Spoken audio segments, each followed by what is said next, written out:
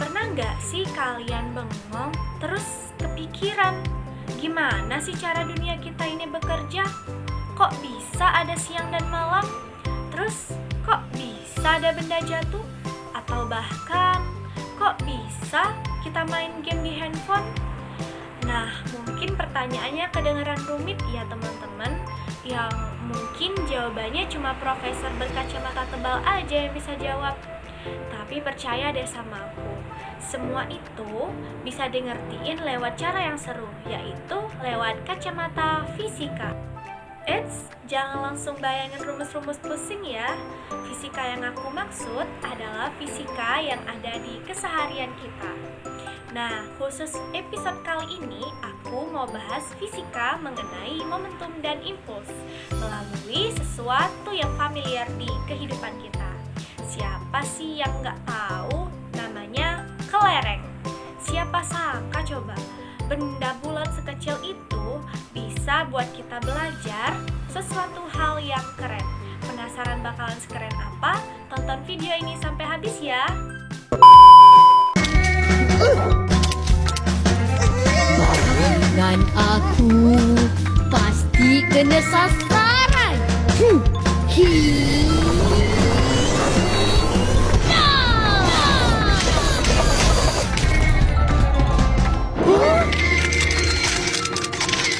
Dari cuplikan video tadi, kalian pernah bertanya-tanya gak sih, kenapa kelereng yang kita dorong, terus kelerengnya saling tabrak?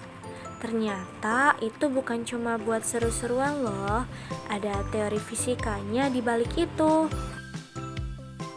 Jadi, setiap kelereng yang bergerak itu punya momentum. Nah, waktu kedua kelereng tabrakan, ada yang namanya impuls.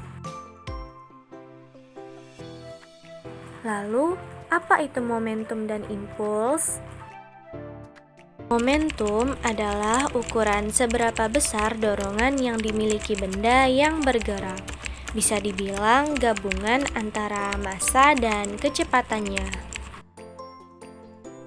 Sedangkan impuls adalah perubahan momentum yang terjadi karena ada gaya yang bekerja dalam waktu tertentu. Selanjutnya kita akan membahas mengenai kekekalan momentum. Sebagai contoh, satu kelereng, dua kelereng, tiga kelereng. Itu tadi adalah peristiwa kekekalan momentum. Kekekalan momentum adalah total momentum sebelum dan sesudah tumbukan adalah sama. Misalnya, kelereng ini memiliki massa 5 gram dan bergerak dengan kecepatan 2 meter per sekon.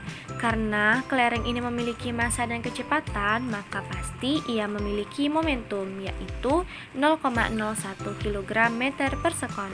Kemudian kelereng ini bertumbukan dengan kelereng lainnya.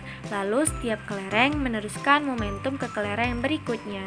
Hingga pada kelereng terakhir, karena ia tidak memiliki kelereng lagi untuk meneruskan momentumnya, maka kelereng itu pun akhirnya bergerak meneruskan momentum itu sendiri. Tapi, kenapa hanya satu kelereng yang bergerak? Ya, itu karena momentum kelereng yang dibawa oleh kelereng pertama hanya cukup untuk menggerakkan kelereng terakhir. Dan itu berarti momentum kelereng tidak bertambah ataupun berkurang, yang berarti tidak mengalami perubahan. Perlu diingat bahwa simulasi ini hanya bisa terjadi jika tidak ada gangguan seperti gaya gesek udara, gaya gesek lantai, dan gaya lainnya.